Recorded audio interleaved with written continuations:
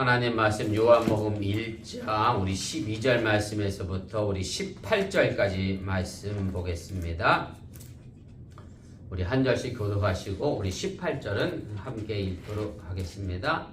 영접하는 자 곧 그 이름을 믿는 자들에게는 하나님의 자녀가 되는 권세를 주셨으니 이는 혈통으로나 육정으로나 사람의 뜻으로 나지 아니하고 오직 하나님께서는 나자니라. 말씀이 육신이 되어 우리 가운데 거하심에 우리가 그의 영광을 보니 아버지의 독생자의 영광이요 은혜와 진리가 충만하더라. 요한이 그에게 대하여 증거하여 외치되 내가 전에 말하기를 내 뒤에 오시는 이가 나보다 앞선 것은 나보다 먼저 계심이라 한 것이 이 사람을 가리키라 하니라. 우리가 다 그의 충만한 데서 받으니 은혜 위에 은혜로라. 율법은 모세로 말미암아 주어진 것이요 은혜와 진리는 예수 그리스도로 말미암아 온 것이라. 본래 하나님을 본 사람이 없으되 아버지 품속에 있는 독생하신 하나님이 나타내셨느니라. 아멘. 예, 오늘 요한복음 세 번째 시간입니다. 하나님의 자녀가 되는 권세에 관련된 주제의 말씀입니다. 그래서 요한복음 전체적인 내용 측면에서 본다라고 하면 이제 서론의 이야기가 이제 마무리되어지고요. 그리고 다음 주부터 예수님에 대해서 이제 본격적인 증거가 시작을 하게 됩니다. 우리 본문 개요 보도록 하겠습니다. 그래서 이 앞서 우리가 했던 말씀 속에서 이제 11절까지 예수님께서 그의 땅에 오셨는데 그의 땅에 있는 사람들이 예수님을 영접하지 않았다라고 하는 것으로 이제 묘사를 했는데 사실은 이것이 이제 이스라엘 역사에서 그대로 모습이 이제 재현되어지고 있는 이제 그런 상황이기도 합니다.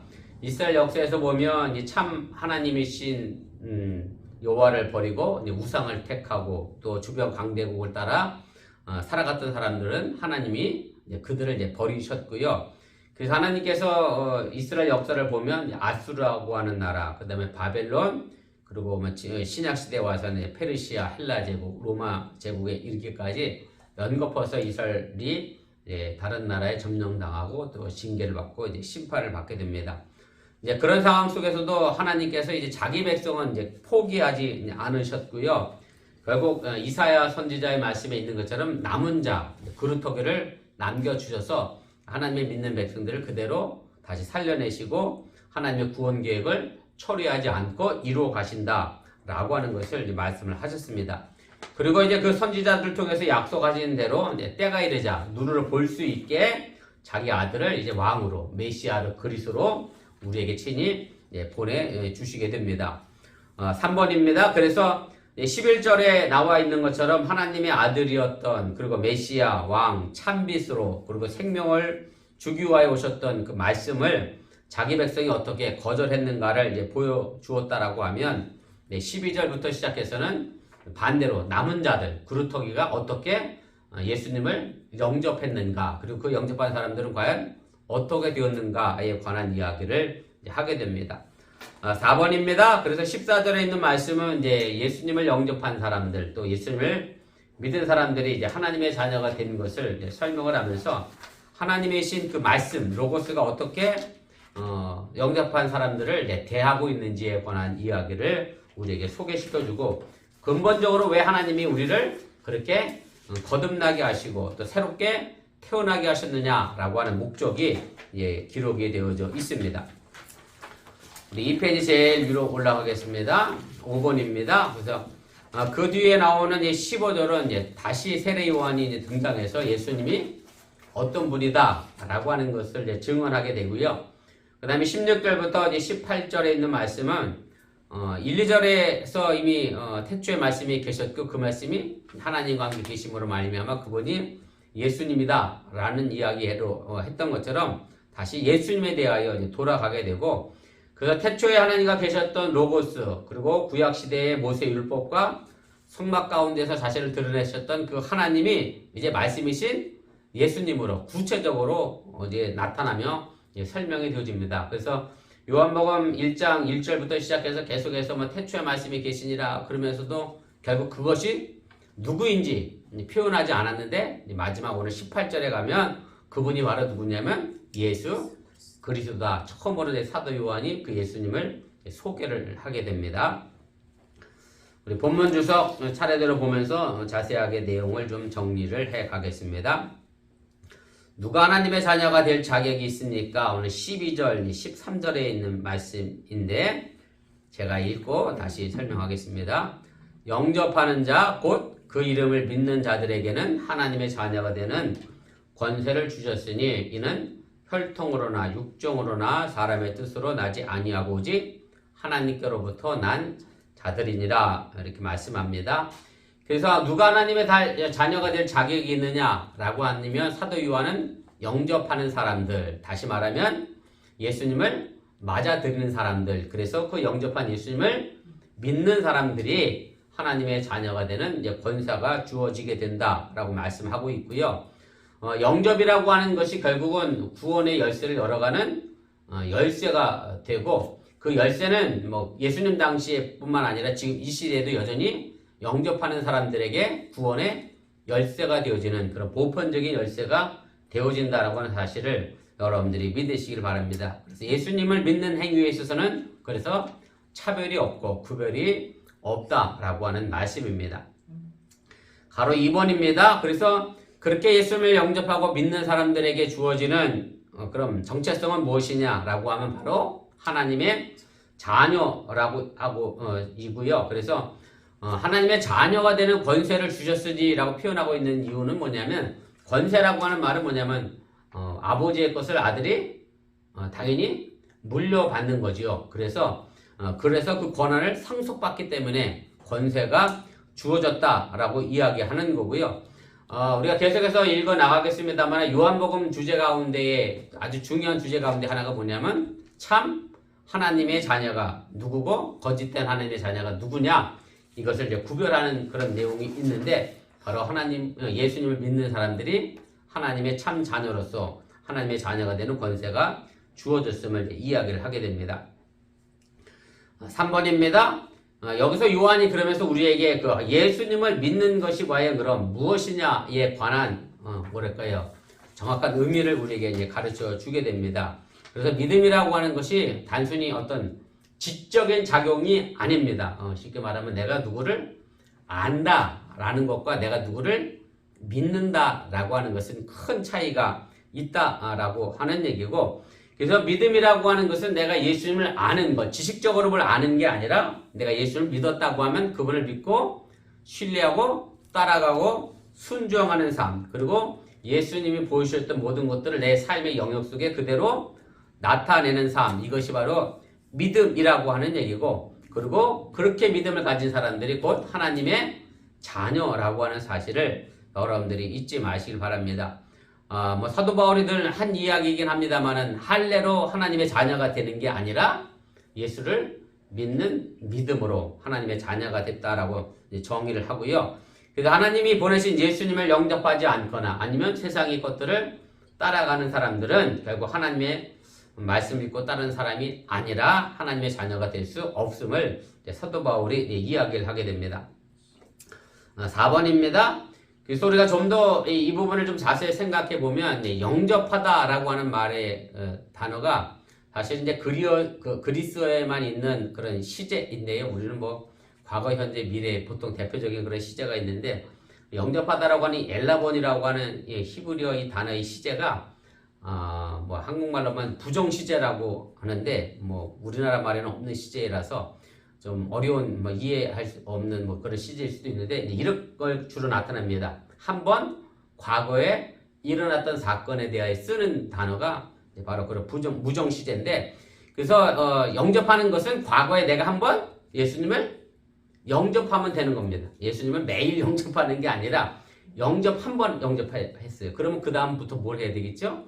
믿는다라고 하는 말의 의미는 뭐냐면 지속적인 동작을 의미하고요. 그래서 이것을 현재 분사형으로 썼습니다. 완료가 아니고 아직도 계속해서 진행되어져 가는 겁니다. 그래서 내가 예수님을 영접한 이례적 행위로 내 믿음은 끝나서는 안 된다라고 하는 얘기고, 영접한 예수님을 계속해서 지금까지 우리가 앞으로도 쭉 메시아로 그리스도로 주님으로 모시고 살아가는 결단이 있어야 그것이 바로 영접이라고 그리고 믿음이라고 이야기한다라고 하는 얘기입니다. 그래서 믿음이라고 하는 것은 알의 문제가 아니라 결국 삶의 문제라고 하는 사실을 여러분들이 믿으시기를 바랍니다. 5번입니다. 그래서 우리를 새롭게 지으신 방법에 대하여 이제 사도 요한은 이렇게 표현합니다. 혈통, 육정, 사람 뭐 이렇게 돼 있는데 육정이라는 말은 그냥 육신의 생각, 육신의 뜻, 뭐 육신의 욕심 이렇게 생각하면 되고요. 그래서 결국 다 같은 말입니다. 하나님의 자녀는 결코 사람의 뜻에 의하여 만들어지는 것이 아니라 하나님께로부터 난 사람들이 하나님의 자녀가 될 수 있다라고 하는 얘기입니다. 제가 부활절 설교 때 한번 말씀드렸습니다만은 성경에는 육신이라는 히라바 단어와 몸이라고 하는 히라바 단어가 제가 서로 이제 다르다라고 그랬죠. 그래서 오늘 여기 표현된 그 육신, 육이라고 하는 말은 그때 이제 사르코스라고 하는 말 그대로 사람의 육체, 이 몸을 의미하는 것이고요. 그래서 인간은 절대 자기의 자원을 가지고 자신을 구원해낼 수 없는 연약한 존재임을 분명하게 표현을 합니다. 6번입니다. 그래서 사도 요한은 하나님의 자녀는 하나님의 방법으로만 태어날 수 있다라고 하는 것을 이야기하는 거고, 그래서 우리를 지으신 하나님의 말씀이 아니면 우리가 창조주 하나님께 용서를 받고 구원의 자녀가 될 수 없다라고 분명하게 이야기하고요. 그리고 이 새로운 출생을 위해서 우리에게 필요한 것은 예수님을 영접하고 그리고 그분과 함께 계속해서 지속적인 관계를 가지고 예수님을 믿는 것에 있고, 또 하나님의 구원의 방법을 내가 온 인격으로 받아들이고 또 내 삶으로 받아들이는 것으로부터 시작된다라고 하는 말씀입니다. 2번입니다. 그럼 말씀이 육신이 대신 죄송합니다. 오타가 났네. 예수님의 영광은 무엇입니까? 오늘 14절 말씀인데 제가 다시 읽겠습니다.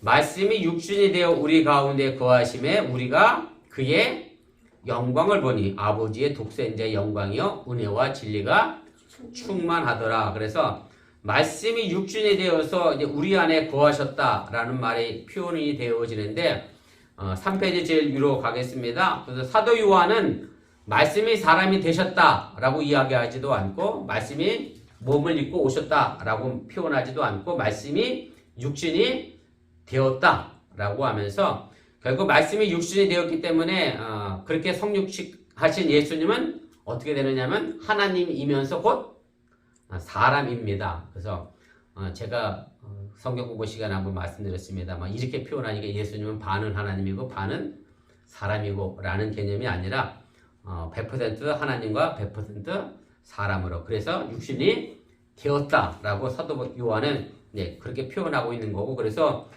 예수님 안에 하나님의 영원한 본성이 들어있고 내재되어 있음을 이야기하는데, 그것은 뭐냐면 그 뒤에 나와 있는 것이 은혜와 진리라고 하는 단어입니다. 제가 그 뒤에 다시 설명하겠습니다만 구약성경에 보면 하나님의 본성에 대하여 뭐라고 표현하고 있느냐면 은혜와 진리라고 해서, 그래서 예수님은 육신이 되시면서 그 하나님의 본성인 은혜와 진리를 내재하고 계신 그런 분으로 이야기를 하게 됩니다.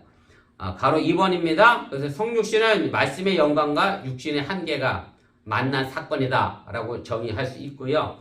여기도 육신으로 번역된 히라보가 아까처럼 사락스라고 하는 단어고, 기본적인 단어는 뭐 살을 뜻합니다만은 어쨌든 육체적 제한성이라고 하는 의미를 가지고 있고, 그래서 예수님께서 말씀이 육신이 돼 이 땅에 오셔서 우리 인간이 가지고 있었던 제한적인 육체적 특성을 모두 가지고 계시다라고 하는 것을 확인시켜 주는 것이고, 예수님이 온전한 사람으로 이 땅에 오신 것을 말씀하고 있음을 여러분들이 이제 기억을 하시기를 바랍니다. 그래서 제가 그 아랫부분에 각주를 1번에 달아드렸는데, 그래서 성경에 보면 예수님이 유체적 제한성을 가지고 있는 부분에 관하여 우리 인간과 똑같다라고 하는 것을 보여주신 사건들의 이야기가 많이 있는데, 보면 마가복음에 보면 예수님이 피곤하셨다. 그리고 예수님이 배가 고파서 시장함을 느끼셨다. 그리고 또 죽은 나사로를 보고서 예수님께서 눈물을 흘리시며 가슴 아파했다. 이 모든 것들은 결국 예수님도 사람이기 때문에 우리와 똑같은 그런 육체적 제한을 가지고 계신 분이다. 그래서 예수님은 완전한 사람임을 사도 요한은 이야기를 하게 됩니다. 가로 3번입니다. 그래서 육신을 입고 이 땅에 오신 예수님은 어떻게 되느냐면 우리 안에 거하셨다라고 이제 사도 요한은 이제 표현을 하는데, 이것을 헬라어 말씀 그대로 직역하면 이렇게 됩니다. 제가 거기다 썼는데 보세요. 말씀이 육이 되어 우리 가운데 뭐 하셨다? 장막을 치셨다. 그래서 이 거하심이라고 하는 단어가 제가 헬라어로 에스케노센이라고 하는 단어를 쓰는데, 이것은 장막을 친다라고 하는 의미의 그런 단어입니다. 그래서 이 하나님이 장막을 친다라고 하는 이 개념의 말씀은 사실은 구약 시대를 좀 보면 우리가 이해할 수가 있습니다. 뭐냐면 하나님께서 이스라엘 백성들 애굽에서 가나안 땅 이끌어 가시면서 어떻게 하셨죠? 광야에 장막을 치게 하셨습니다. 성막을 치게 하셨고, 그리고 그 성막 위에 하나님이 임재하셨잖아요. 그곳에 함께 계셨잖아요. 그래서 오늘 장막을 치셨다라고 하는 그 말씀의 내용이 바로 하나님이 우리와 같이 살아가시고 함께 동행하시는 우리에게 임하신 그런 성전으로 표현하고 있는 거고, 사도 바울의 표현으로 이야기하면 우리 몸은 하나님의 예수님의 피값으로 사실 거룩한 뭐가 되죠? 성전이라고 하는 것을 사도 요한도 여기에서 그런 의미로 이제 하나님의 장막을 치셨다라고 하는 것으로 이야기를 하게 됩니다. 4번입니다. 그래서 우리가 구원받았다, 영생받았다, 하나님의 자녀가 됐다, 다 같은 개념의 말인데, 결국 우리가 예수님의 거하시는 장막 혹은 성전이 되는 것이 곧 구원받은 거고 영생을 받은 거고 하나님의 자녀가 되는 것이고, 예수님과 우리가 하나 된 사건이 바로 우리 안에 거하시는 사건임을 여러분들이 기억하시기를 바랍니다. 가로 5번입니다. 그래서 예수님의 영광을 보는 것은 유대 민족만이 아니라 결국 예수님을 믿는 모든 사람들, 구원받는 모든 사람들, 제가 아까도 말씀드렸지만 차별과 구별이 없이 예수님을 영접하고 믿는 모든 사람들에게 주어지는 영생의 열쇠라고 하는 사실이고요. 그래서 예수님은 이 땅에 오신 목적이 유대인만을 위하여 오신 것이 아니라 우리 모든 인류를 위하여 이 땅에 오셨고, 그리고 그 예수님의 영광을 이제 보았다라고 표현하고 있는데, 어디서 나왔어요? 그 영광은 하나님과의 관계에서 온 영광이라고 하는 사실이고, 그래서 우리가 삼위일체를 설명할 때에 예수님과 하나님은 인격적으로는 구분이 됩니다. 그렇죠? 삼위일체는 다 인격적으로 구분. 성부 하나님, 성자 하나님, 성령 하나님이 인격적으로 구분이 되지만 그 본질로는 동일하다라고 이야기를 하게 되고요. 그래서 영광으로 이 땅에 오신 그 예수님이 바로 하나님이 보내신 독생자 예수님의 신성을 그대로 가지고 계시고 본질적으로는 구별되지 않는다라고 우리가 설명을 드릴 수가 있습니다. 6번입니다. 그래서 요한이 예수님에게서 이제 직접적으로 본 것은 뭐냐면 은혜와 진리가 충만하다라고 하는 얘기고, 아까도 말씀드렸던 것처럼 은혜와 진리는 하나님의 본질적인 특성이고요. 이것이 예수님 안에 충만하게 채워졌다라고 하는 얘기고, 그래서 예수님이 아까 말씀이 육신이 되어 이 땅에 오셔서 100% 사람인 것처럼 이제 반대로 하나님의 은혜와 진리가 그 속에 충만하셔서 또 100% 하나님의 모습을 가지고 있음에 대하여 사도 요한은 설명을 하게 됩니다. 7번입니다. 가로 7번. 그래서 충만하다 라고 하는 번역된 단어의 의미가 플레레스라고 하는 히라버 단어를 썼는데, 완전하다, 충분하다 라고 하는 얘기고, 그래서 예수님 안에 있는 은혜와 진리가 그분의 신성을 증명하기에 충분하다. 이미 더 이상 어떤 것으로 증언할 필요가 더 이상 필요가 없다 라고 하면서 예수님 안에 있는 이 하나님의 속성이 완전하게 채워져 있음을 설명을 하게 됩니다. 그래서 제가 그 각주 3번에 달아드렸는데요. 구약 성경에 보면 하나님의 속성을 대표하는 그 말씀의 내용 가운데 출애굽기 34장 6절 말씀입니다. 여호와께서 그의 앞으로 지나시며 선포하시되 여호와라 여호와라 자비롭고, 그 밑으로 쭉 내려가면 은혜롭고 노하기를 더디하시고 인자와 진실이 많은 하나님. 그래서 인자와 진실, 은혜가 함께 있고요. 그 다음에 시편 25편 10절 말씀에도 보면 여호와의 모든 길은 그의 언약과 증거를 지키는 자에게 인자와 진리로다 라고 하면서 하나님의 대표적인 속성에 대하여 그렇게 이제 설명하고 있음을 우리가 보게 됩니다. 우리 4페이지 제일 위로 가겠습니다. 그래서 은혜와 진리가 충만하다라고 하는 얘기는 이제 어떻게 보면 이제 비유적인 해석으로 우리가 생각해 본다고 하면 이제 구약의 신에서의 영광을 배경으로 해서 우리가 이해하면 훨씬 이제 쉽게 이해가 됩니다. 무슨 말씀인가 하면 이스라엘 백성들이 애굽에서 나와서 가나안 땅을 향해 가는 동안에 이제 어디에 이르게 되느냐면 시내산에 이제 장막을 치게 되죠. 그리고 장막을 치고 있는 동안에 모세가 시내산에 올라가서 뭘 받아갖고 오느냐면 10가지 계명, 10계명을 이제 가지고 내려옵니다. 그때 이제 모세의 후광이 빛나는 모습이 이제 기록이 되어져 있는데, 그런데 이제 어쨌든 그렇게 시내산에 머물고 있는 동안에 10계명을 받아옴으로 해서 거기서 하나님과 이스라엘 백성들이 서로 시내산 계약을 체결합니다. 그 계약의 내용이 이거예요. 나는 너의 하나님이 되고 이스라엘 백성은 나의 백성이 된다. 그래서 하나님과 이스라엘 백성 간의 시내산 계약을 이제 맺었는데, 그런데 이제 문제는 뭐냐면 모세가 그렇게 하고 내려왔는데 아래에서는 뭐 하고 있었죠? 예, 아론이 금송아지를 만들면서 하나님을 영접하지 않는 이제 사건이 일어나게 됩니다. 그래서 은혜가 충만하게 거하신다라고 하는 이 말씀과 더불어서 이제 아론과 더불어서 우상 숭배했던 이스라엘 백성들이 이제 대조가 되는데, 결국 은혜와 진리가 우리 가운데 거하신다라고 하는 얘기는 결국 이스라엘 백성들이 시내산에서 하나님과 새롭게 맺었던 계약처럼 지금도 우리가 이제 시내산이 아닌 새로운 기독교에서, 유도교가 아닌 기독교에서 하나님의 새로운 계약을 맺은 이스라엘의 공동체가 태어났음을 이야기를 하게 됩니다. 그래서 이 말씀은 제가 뭐 요한복음 2장에 가면 가나의 혼인잔치의 기적에서 말씀드렸던 것처럼 옛 포도주와 새로운 포도주가 이제 대치가 되잖아요. 그래서 그것도 상징적인 의미로는 유대교 대신 뭐가 새롭게 기독교가 태어났음을 이야기하게 되는데, 사도 요한도 마찬가지입니다. 이제 유대교에 내려졌던 하나님의 은혜와 진리가 이제 예수를 통해서 새롭게 계약을 맺은 요한 공동체를 통해서 새로운 기독교를 통해서 새로운 이스라엘 백성들이 태어났음을 이야기하는 것이 바로 이 부분의 내용인 것을 또 참고로 기억해 두시기를 바랍니다. 3번입니다. 세례 요한이 이제 와서 또 증거를 합니다. 이미 앞서도 얘기했는데 15절에 아주 간단하게 세례 요한이 예수님에 대하여 이렇게 증거를 합니다. 요한이 그에 대하여 증언하여 외쳐 이르되 내가 전에 말하기를 내 뒤에 오시는 이가 나보다 앞선 것은 나보다 먼저 계심이라 한 것이 이 사람을 가리킴이라 하니라.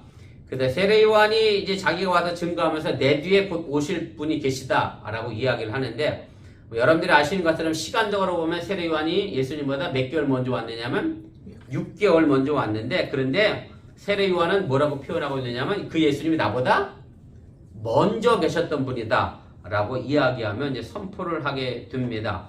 그래서 오늘 여기서 세례 요한이 예수님을 나보다 먼저 계신 분이라고 하는 표현을 하게 되는데, 먼저라고 하는 히라보가 이제 프로토스인데요.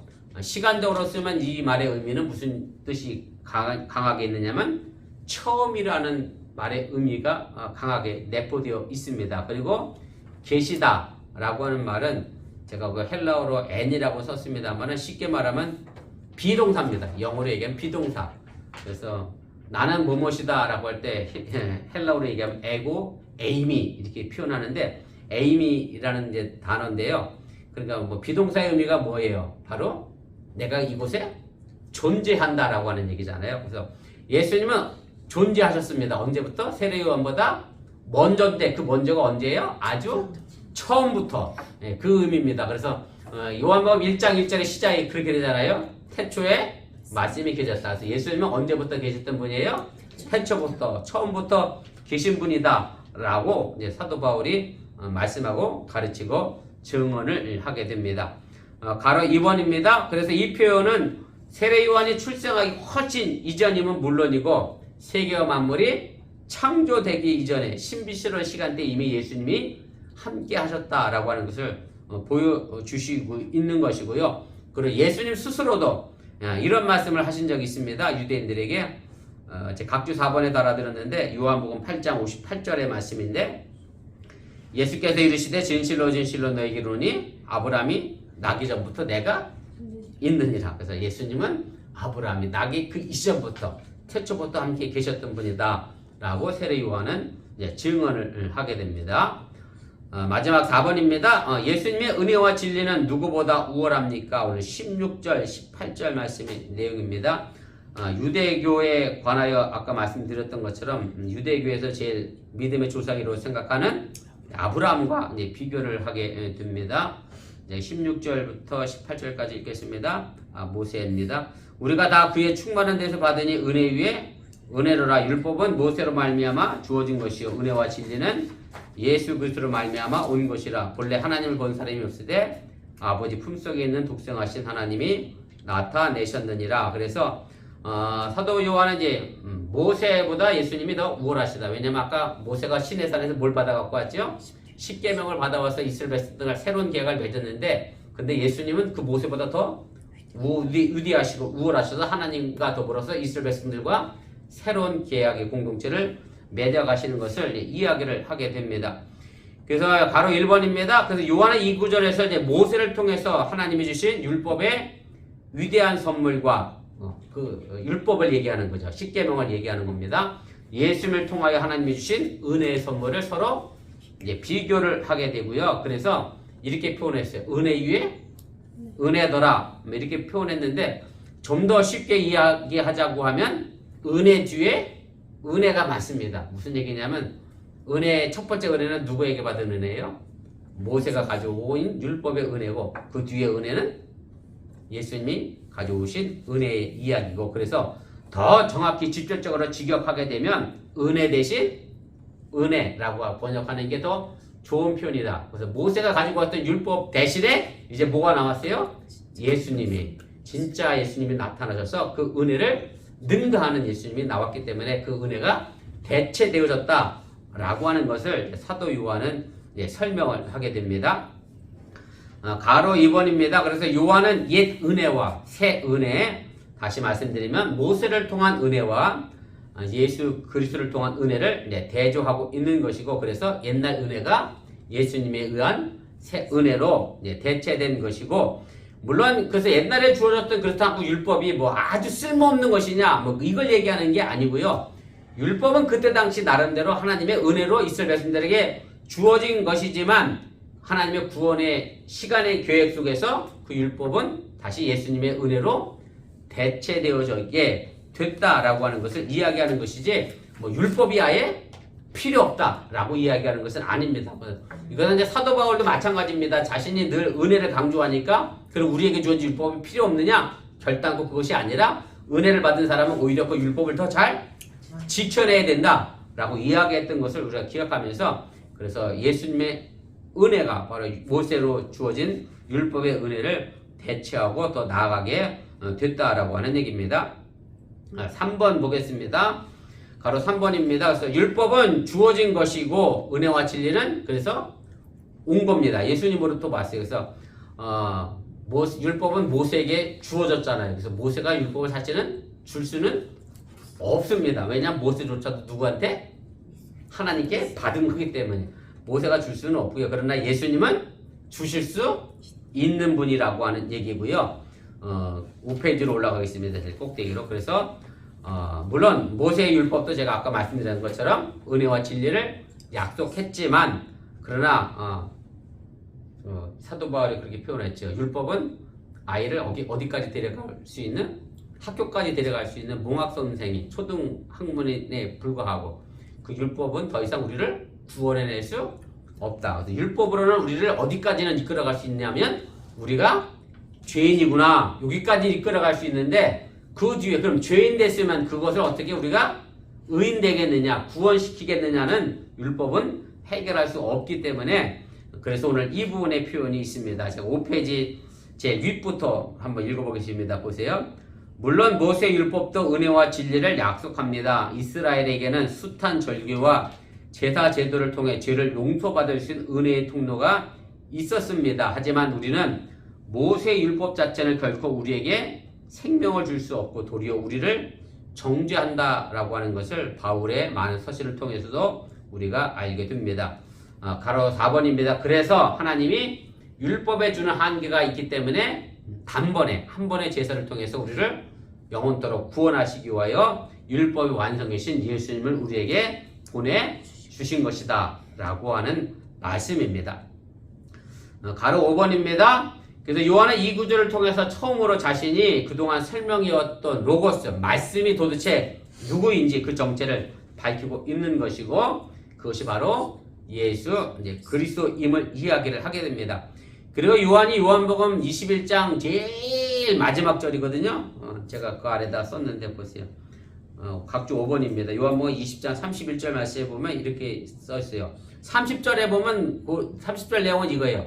내가 쓸 게 굉장히 많은데 이걸 다 쓰면 책이 모자랄 것 같다. 그래서 이렇게 씁니다. 31절에 오직 이것을 기록함은 너희로 예수께서 하나님의 아들 그리스도이심을 믿게 하려 함이요 또 너희로 믿고 그 이름에 힘입어 생명을 얻게 하려 함이라. 그래서 요한복음을 기록한 이유가 뭐냐면 바로 다른 것이 아니라 우리가 예수님을 하나님의 아들로 그리스도로 믿게 하기 위한 목적으로 썼기 때문에 바로 사도 요한은 그 말씀이 바로 예수님임을 분명하게 이야기하고 있는 거고요. 성부 하나님이 아니라 성자 하나님 예수님을 의미하고 있음을 여러분들이 기억하시기를 바랍니다.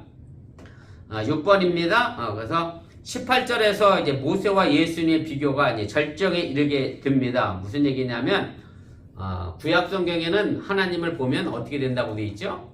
죽는다라고 되어 있습니다. 제가 그것이 보편적인 개념인데 각주 6번에 달아들었는데 보세요. 아래에 출애굽기 33장 20절입니다.